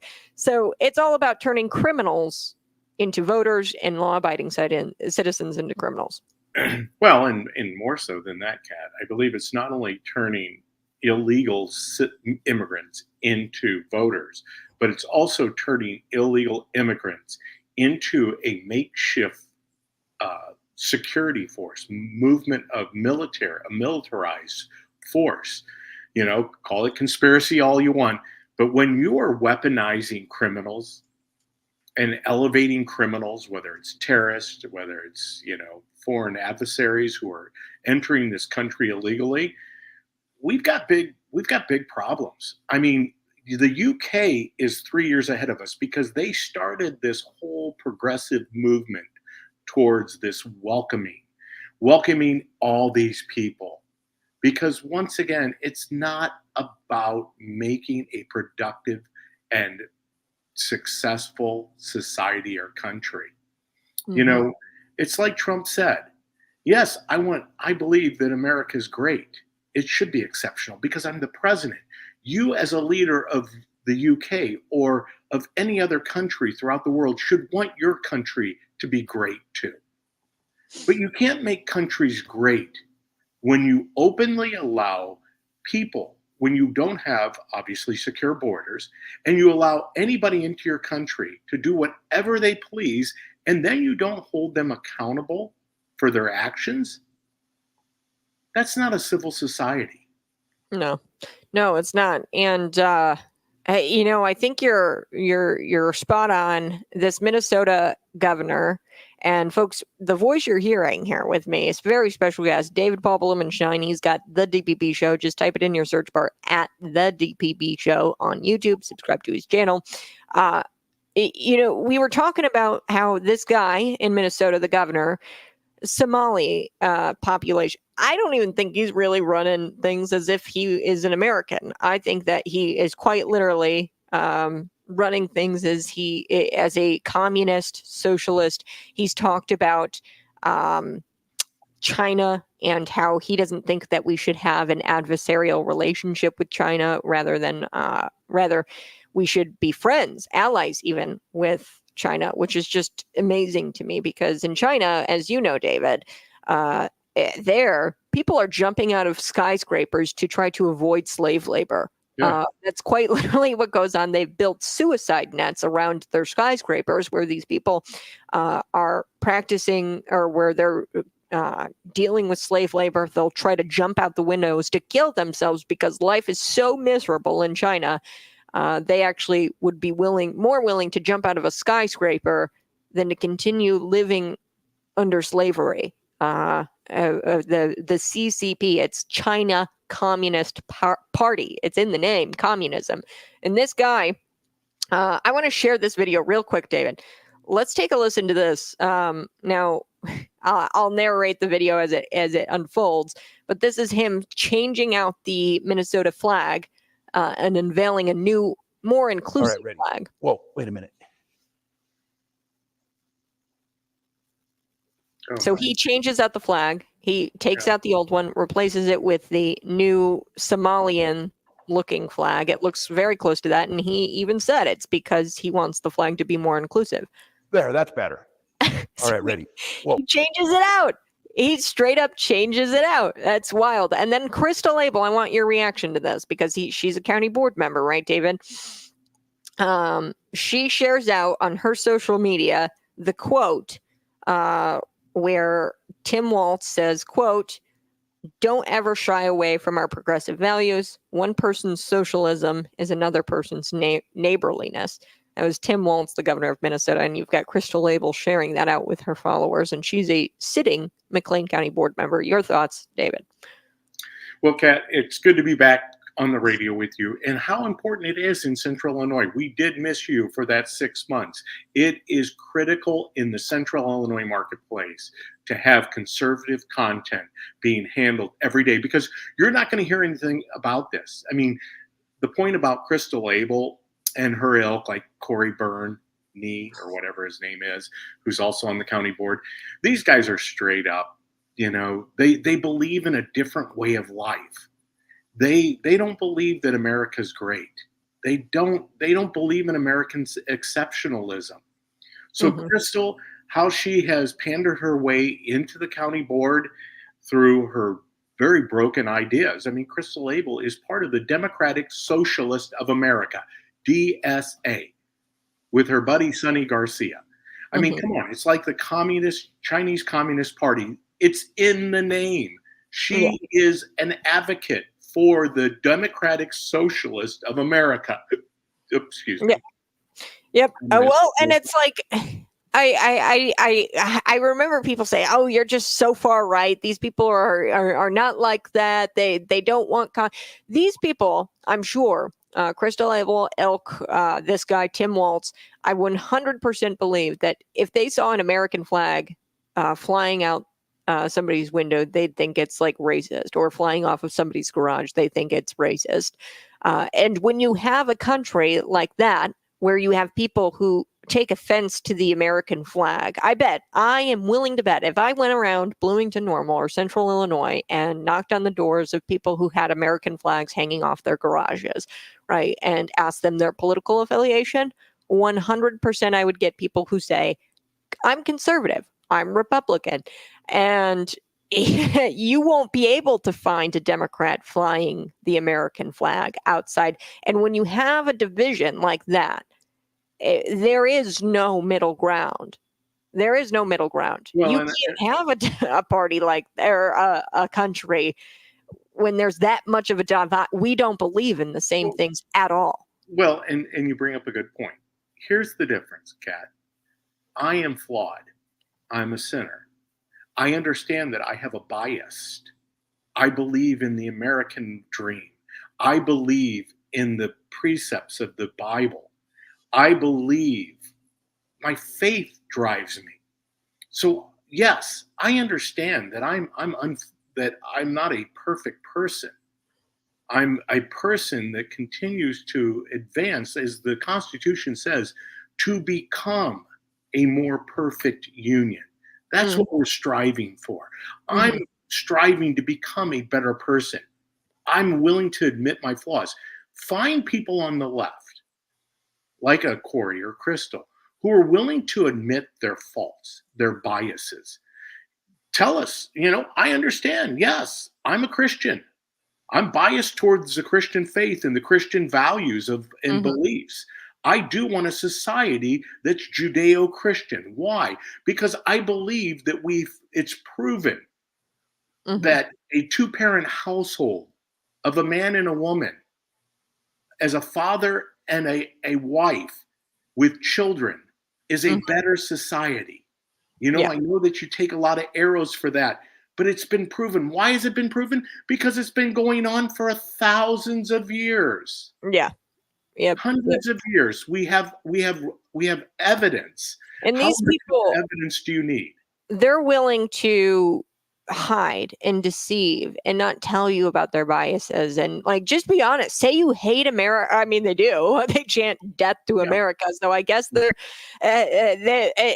not being quiet about it. This guy says it quite literally. Hey, one person's socialism is another person's neighborliness. And it's they couldn't be more honest about who they are. Honestly, it's right there in your face. You just got to be willing to see it. I've got to take a quick break, but when we come back, we'll be back for our radio friends, and you can continue watching us on YouTube if you'd like. Conservative Cat Show, type it in your search bar. David Paul Blumenshine, he's got a show on YouTube. You can find him and subscribe. That's at the DPB Show. We're going to be right back, and I think we're gonna talk about Kamala Harris and her so-called accomplishments that BuzzFeed said. Yeah. One of her accomplishments being that she stepped foot into a Planned Parenthood. Oh. Okay, what's next? Breathing? Oh, she has black hair. That's an accomplishment. She breathed there. That's an accomplishment, says BuzzFeed. I'll be right back. All right, folks. Hey, good morning. It's Conservative Cat on Cities 92.9. Thanks so much for being here. David Paul Blumenshine, tell us a little bit about your show, what you guys unpack, and why people should subscribe. Kat, as I was saying to the audience live on the radio, it's so critical to have content, conservative content. From my perspective, Christian, conservative, Republican content. We were lacking that, right? We had it in the marketplace with Cities 92. Thankfully, you're back on the air from 6 a.m. to 8 a.m. every morning, Monday through Friday. But there was a void. So I believed that I needed to be that voice Tuesdays and Thursdays from 4 to 5 live. Now, we're constantly trying to figure out what is the best time slot. And you and I spoke about that because we want to deliver this, because ultimately the comment section is how we're building this movement of informing people and continuing to expand our footprint, because ultimately this means nothing if all of us don't bring 12 people to the voting booth when early voting starts September 22nd through November 5th. We all have to be active. We need to mobilize. We need to fortify the people that we know are voting. And we also need to mobilize those unreliable voters. It's critical for this election. And that's what we talk about. We handle the issues as it comes. And now, granted, it's 2 hours a week, an hour on Tuesday, an hour on Thursday. So trying to jam everything in, and there's my associate and person who sits in with me on my show, the Ryan Mack Show, obviously Ryan McKenzie. And Ryan and I just try to handle what is coming at us. And you know this more than anybody. The news cycle is purely about distraction. Yeah. It has nothing to do with what is really going on. This is the David Copperfield, watch my one hand, because what is happening over here, you don't want to see, and we're not going to cover. Mm-hmm. Yep. Ryan Mack, the Ryan Mack Show, subscribe to him too, as well, folks. So he's got up here, Crystal Label blocked me because I kept trolling her Facebook post. Yes, that's happened to me before a couple of times. Not Crystal Label, but I'll never forget it. The Mary Kay O'Brien, the Illinois Supreme Court Justice, I called out, hey, you received like $1 million $1 million. $1 million. From JB, who's listed as a defendant, and it's going to be even more than that now.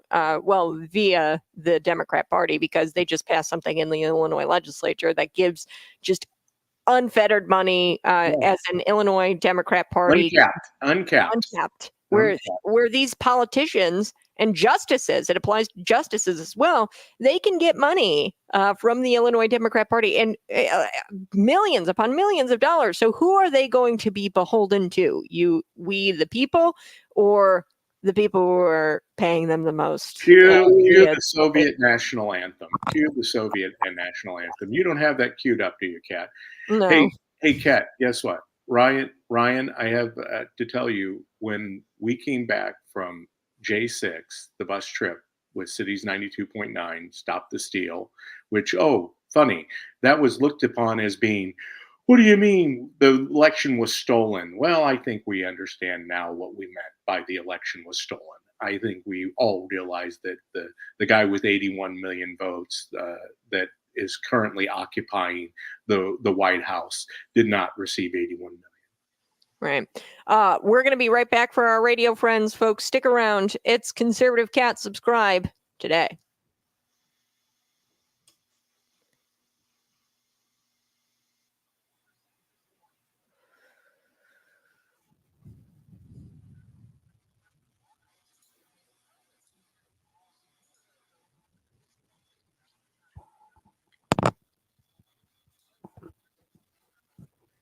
Okay, folks, we're going to be back in just a second, and then we're going to run through Kamala Harris and her accomplishments via BuzzFeed, what BuzzFeed says and claims are accomplishments.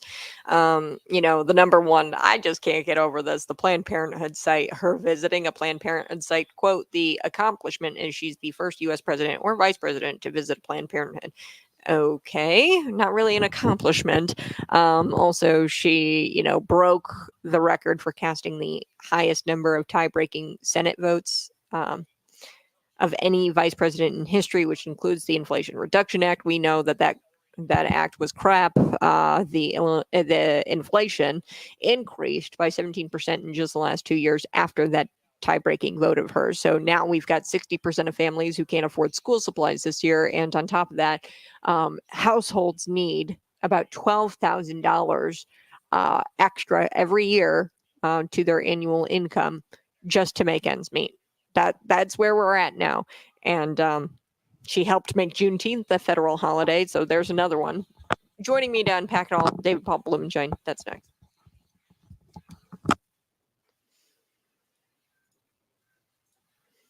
Woo! Hey, good morning. It's Conservative Cat on Cities 92.9. Before we took the break, I was having my good friend David Paul Blumenshine on, where he discusses with me the many accomplishments of Kamala Harris. One being Kamala Harris stepping into a Planned Parenthood. So this is from BuzzFeed. They lay out a list of 11 different accomplishments of Kamala Harris. One of them being, quote, she's the first U.S. president or vice president to visit a Planned Parenthood site. The second one, she had the most tie-breaking votes in the Senate. This for Senate votes of any vice president in history, and she's including this Inflation Reduction Act. So, David, these two accomplishments, I want to run through these with you. Accomplishments, not accomplishments. Inflation Reduction Act. Wasn't that such a great act? I mean, I just feel so much better now that inflation has reduced. Well, Kat, they've got to re-engineer this entire personality of who Kamala Harris is, whatever you call her, because ultimately she couldn't even come out of a primary.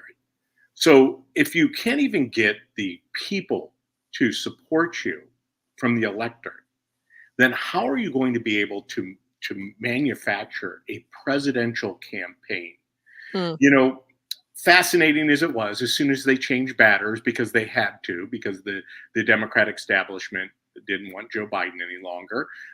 Is he capable? He obviously must be, because he's still in the White House, right? Well, we know he's not, and neither is Kamala, because they're just the the person occupying the seats. They're not controlling anything. So for them to re-engineer her, I don't know what else they have, because she's not getting off the launch pad. Because ultimately, this thing's going to turn back towards the fact that she does the open border crisis that we have, the economy crisis that we have, the fact that we're not energy independent, the fact that the world is on the verge of World War III in so many different places. Eventually, we're going to talk about the real issues facing our country. So then there were a few other ones where she helped make Juneteenth a federal holiday. Are you excited about that, David? You love Juneteenth? Well, once again, purely distraction. How the hell is that an accomplishment? I want to celebrate all humanity, but I want to celebrate humankind by providing, for the well-being, life, liberty, and the pursuit of freedom. I happen to be sitting in the free state of Florida. They don't have the issues that most of America has. And there's a reason for that, because they addressed what was going wrong with their state. And we need to address what's going wrong with America. America first. First. America first. You can't help anybody in the Not to mention, it's a federal holiday, and I mean, even if you put the stupid holiday aside, like what it's all even about anyway, put that all aside. It's just a day for the bureaucracy to get a day off. Really, that's it. I mean, if you're a government worker, you get the day off. Does that really help the American people, as you're saying? Well, is it beneficial to the American people? How does it help the black people, the black community? This is another pitch. It would help the black community actually reducing inflation and making it to where families can afford school supplies, because 60% of families this year can't afford school supplies. Well, and shutting down the border so that there's these, the jobs that are not any longer filled by people who are actually citizens of the United States, because that's part of the inflation, the housing. Ask the black community, ask the Hispanic community, people who are here, did it the right way, came through the channels, became law-abiding citizens. Ask what it is like to try to purchase a home and to have affordable housing in America with a crisis where we're providing some illegal immigrants up to thousands of dollars a month for health care, for housing, for groceries. We don't even provide that to legalized citizens. Yeah, legal citizens. Yeah. All right. So we're going to take a quick break, but find us on YouTube. David Paul Blumenshine joining me this hour. He's got an amazing show, The DPB Show. Go ahead, find him, subscribe on YouTube. We're going to come back. I want to address this comment, and you guys can text in 309-451-9299. Clifford, he says, if you guys are having a hard time making ends meet, go get a part-time job instead of complaining. You guys act like you want everything handed to you. And this is in response, of course, to the Inflation Reduction Act, where I said, hey, 17% higher in the last 2 years, 60% of families can't make ends meet. And then what I had said is the statistics. Households need approximately about $12,000 extra on top of their income, their annual income, $12,000 extra a year in order to just make ends meet. And this fellow says, oh, you should just get a part-time job. Can't, because all the illegals have them. But we'll be right back to address the comment on the YouTube, and then we'll wrap up the show next segment. You're listening to Conservative Cat on Cities 92.9. Okay. All right, Clifford, love that you're here. I appreciate it. But the illegals got the jobs, man. 5 million jobs. Okay, so the Biden-Harris campaign has blanket statement, 15 million new jobs is what they claim. It's already been broken down, the numbers. 2/3 of those have been just bounce back jobs from COVID. Okay, so you can't claim that those are new jobs. They're just bounce back jobs. Another 1/3 of those or something are government jobs. And then 5 million of those jobs, I don't know, my math's off, but most of those jobs went to foreign-born workers, i.e. illegal immigrants. So thoughts, David? Comment. Clifford, you should expand your knowledge and go somewhere beyond Scroogle and find out some real statistics. Kat, you just laid them out. We know where the jobs are going right now, the part-time jobs. Clifford, just so you know, I not only at 60 years of age, see, I'm here sitting in Florida, do my wife and I have multiple jobs. My wife is a 3-time best-selling author and has multiple books in publication.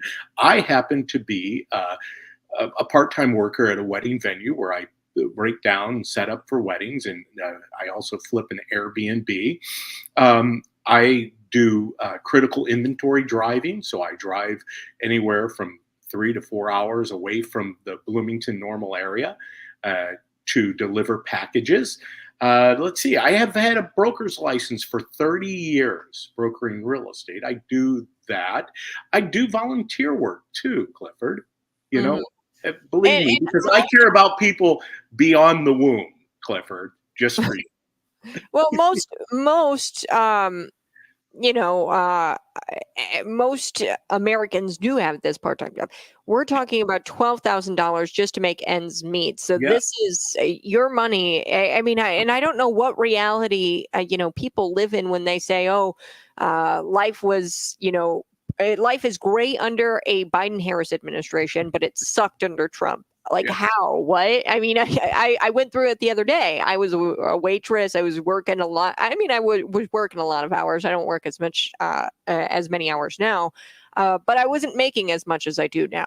I have had way more spending power under a Trump administration as a waitress, okay, than I do now with college degree, and jobs. I've got this job. I also freelance articles in my spare time. So own a business.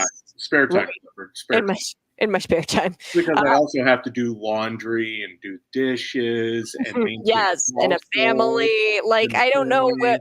It plan for a wedding. I mean, Clifford, we're just laying around, We're just laying around. We're watching The View. I spend my time watching The View, Clifford.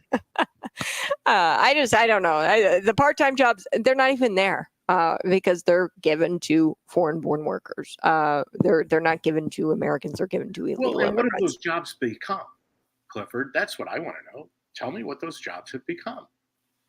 How do these companies, most of these companies, mom and pop businesses, are desperately trying to find people that they can maintain, that they can retain to be on the payroll. When some of these companies now have had to elevate their salaries or their hourly rates to $25, $26 an hour, those companies can't withstand that pressure. 90% of businesses in the United States are small businesses. They're not going to exist. Yep. Well, we are going to be coming back for our radio friends, so stick around, subscribe to the YouTube channel. We'll be right back. You're listening to Conservative Cat.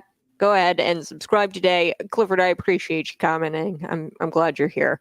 It makes for great thoughter. So we'll be right back. Keep listening. Hold on.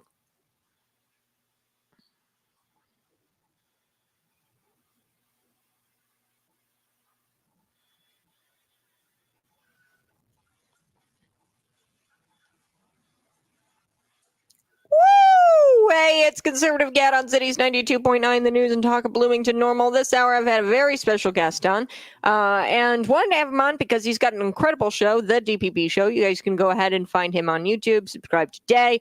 We're on YouTube this morning. Before we took the break, I was telling you a little bit about Kamala Harris and some of her accomplishments, and I want to read through some of these, David. So one of them being she oversees the White House Office of Gun Violence Prevention. Your thoughts here?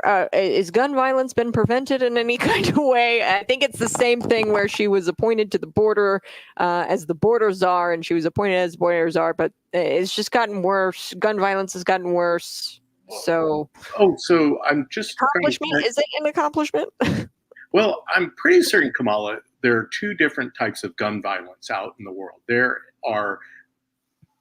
There's violence where a legal gun was used, which is very rare. Mhm. And then there's gun violence where a illegal gun is used. So I guess when we talk about taking guns away and doing buyback programs, what you're really trying to do is disarm the American people and go against the Second Amendment, the right that we all have under the Constitution and the Second Amendment. And then So, we got yeah, well, I mean, but the gun grab's been going on for a long time. Hey, Kat, I did have to say something before we go too deep on Kamala Harris. I find that you almost look like an air traffic controller with that new headset that you have, that fancy little mouthpiece ear thing. I was admiring that. I got to get me something like that so I can get in the cockpit, because this is what we're in the cockpit of thought processing, bringing reality to the world, because ultimately that's what we live in. We no longer live in the land of Lincoln. We live in the land of make-believe. And how do you decipher the land of make-believe? Because here you have Kamala Harris believing that she's, well, not Kamala, the people supporting her, believing that she's actually accomplished something. She hasn't. And, the Build Back Better Act is another accomplishment BuzzFeed says Kamala Harris was behind. We know that this was a $350 million act. It was just a spending bill that was supposed to end racial and ethnic disparities and advance birth equity. Now, I don't know about you, David. Have we solved racism $350 million later? You think that we've solved it, or still a problem?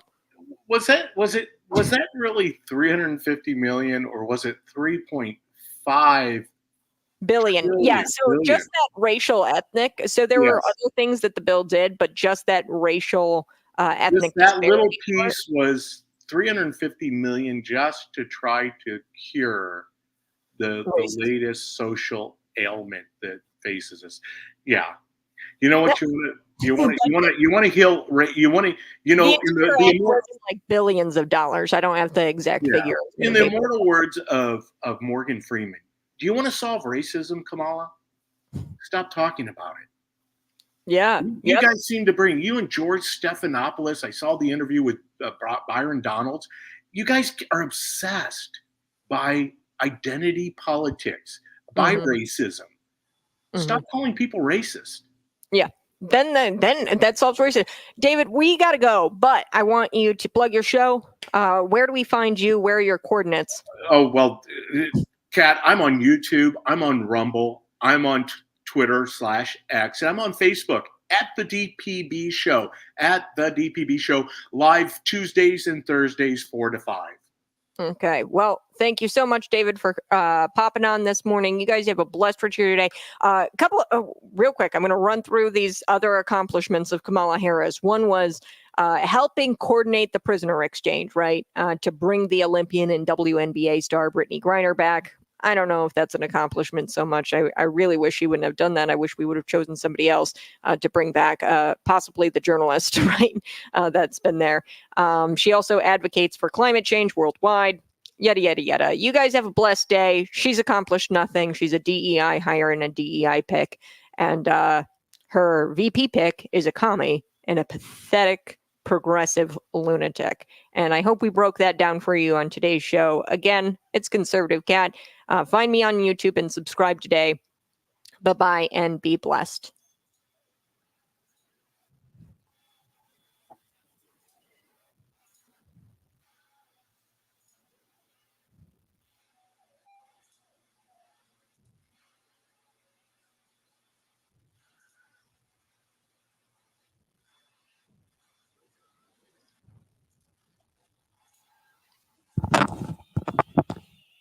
Hey, good morning. David Paul Blumenshine and I on the line right now.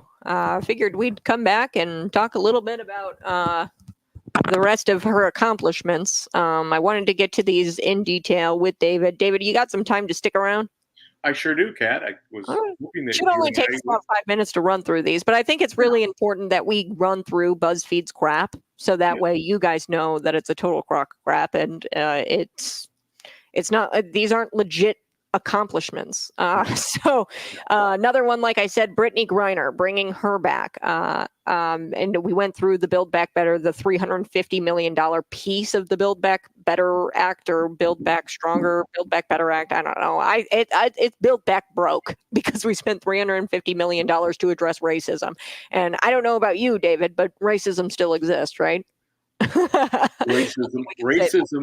Racism exists because the left is obsessed with it, because they don't have anything to run on a platform. It's not about making America great again. Isn't it funny that Build Back Better is kind of like Make America Great? If they truly could implement Build Back Better, because they destroyed the economy. So how do you build something back that you've destroyed? Yeah, Build Back Better. How do you stop racism when you constantly are reminding people that everybody is a racist?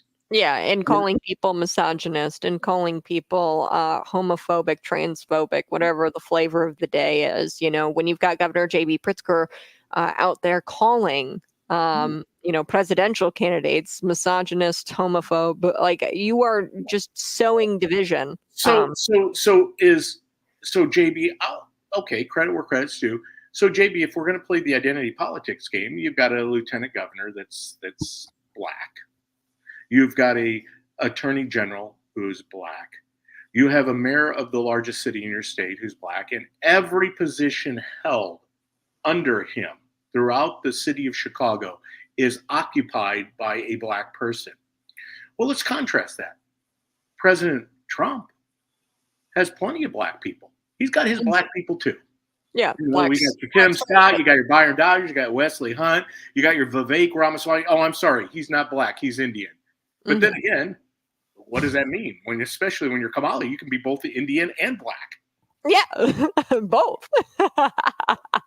Yeah, well, and we don't care about the identity politics. They need it so that way they can actually keep the black community under their thumb, and get them to dance and do what they want. Yeah. As Candace Owens said, and many others on the plantation, they have to control those. They have to control a people group, and unfortunately, this is where they're losing traction. The black community, in alarming numbers, are siding with President Trump. The Hispanic community is moving towards Trump. Women, contrary to what you're going to hear, women, suburban moms, are moving towards Trump. Why? Because it's the economy, stupid, James Carville. It's the economy, stupid. It's the economy, stupid. Another thing, she helped with Brittany Griner, getting her back. Not really an accomplishment there.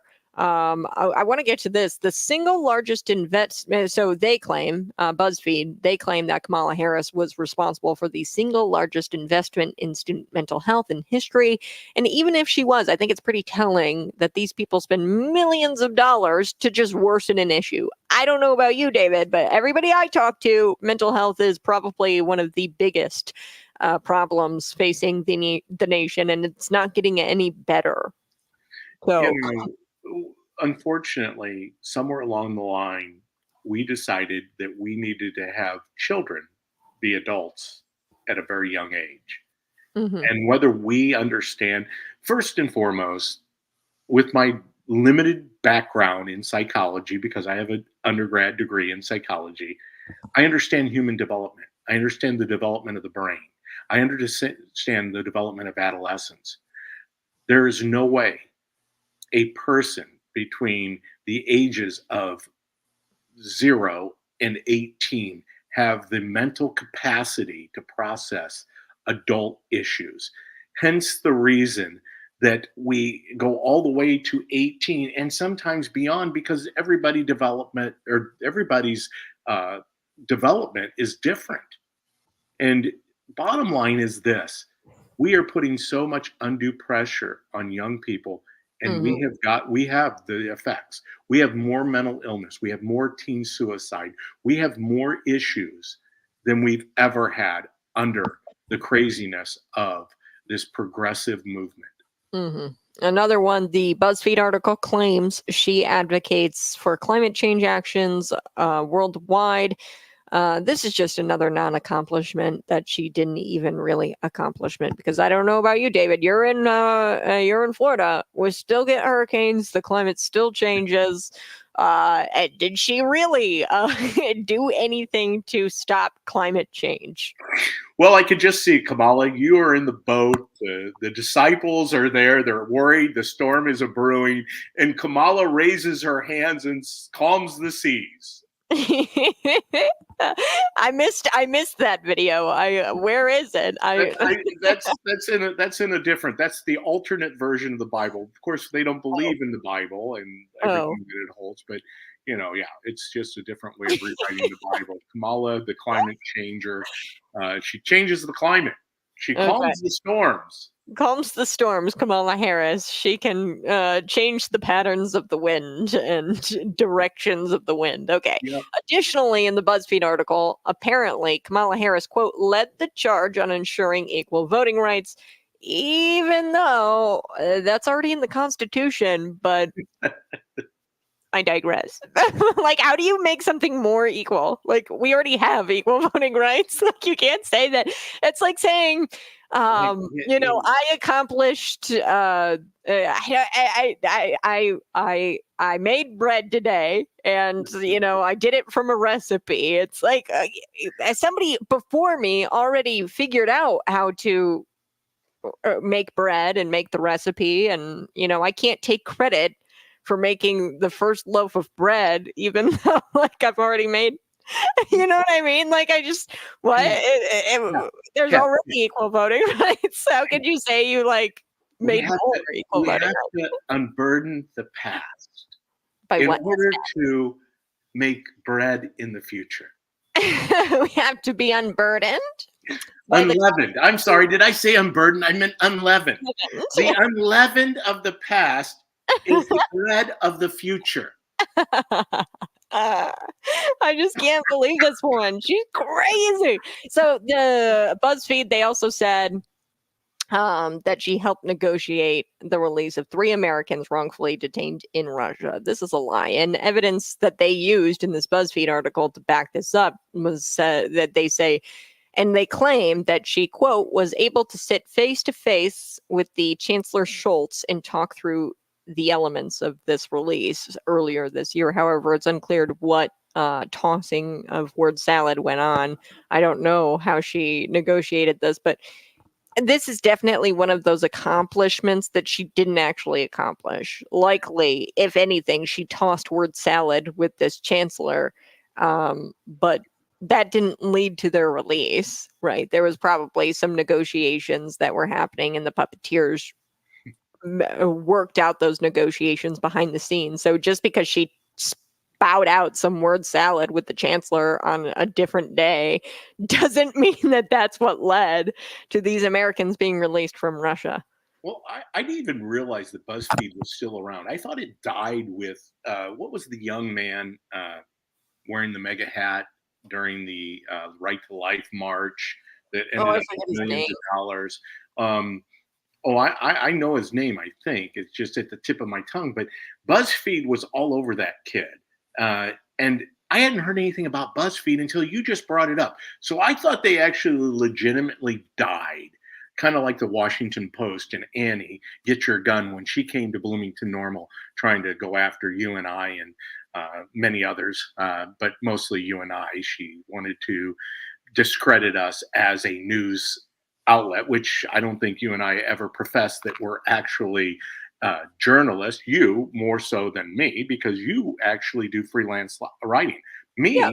I'm just a guy who ran for political office, has brokered real estate, has always worked hard because I believe in the American way. So Kamala, you know what? You keep negotiating, because that's all you've done your entire career. You're a negotiator. Yeah. And I wanted to say that name. It's Nicholas Sandman. Nick Sandman. Yep. He might be suing BuzzFeed. I don't know if he sued. It was the Washington Post that he actually. Well, he sued a whole host of them, and became a very wealthy young man. And I don't know where he's at, because once again, young people have it very difficult right now. I mean, we talked about the mental health issue. I mean, how can you not when you witness what we're witnessing right before our eyes with this craziness of who we are? It has nothing to do with making people better, building back better. It has everything to do with destroying people's lives. Exactly. But we've got to get going. In Right. conclusion, these 11 achievements. What do you say, David? They're not really achievements, or Well, once again, virtue signaling. they can't get her off of the launch pad because she has nothing. She's the worst. The people of her own party never voted for her. Now suddenly she's going to be their presidential nominee coming August 19th at their convention. I'm awestruck. Yeah. Well, we're going to expect more of the same from Kamala Harris if she were to magically get into fraudulently. Let's change my words there. Get into the presidency. You guys have a blessed day. Thanks so much for tuning in. I appreciate it. Smash that like button and find my good friend David on the DPP show and subscribe today. Bye-bye. Love you.